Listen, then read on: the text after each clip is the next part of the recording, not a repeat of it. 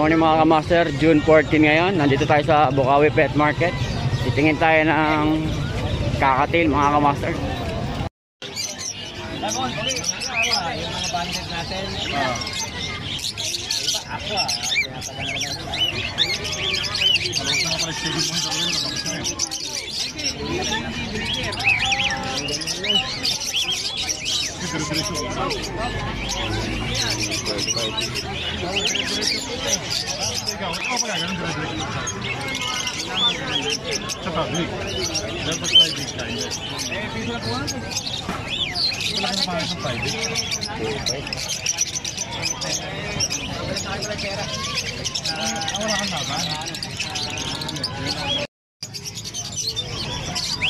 Ito lang kung itong pipiliin natin o itong kabila. Okay. So yan mga kamaster, makukuha na natin ang ating buttercup at idadaw na natin para sure na sa atin na talaga. Alright.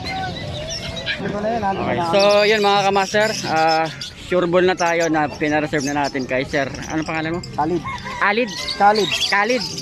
So sa tagal natin naghahanap ng buttercup, ito na siya. Ayan.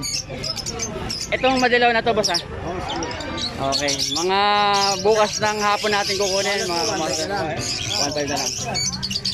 So sa mga naghahanap ng mga Lutino mga kamaster, ayan, Sir Alid. Oo.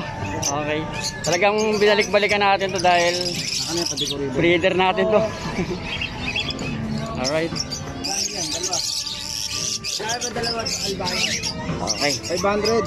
Sure na yan sa atin na yan mga kamaster. Budget kasi yan eh. Malalaki sukat yan. Tingnan may sukat.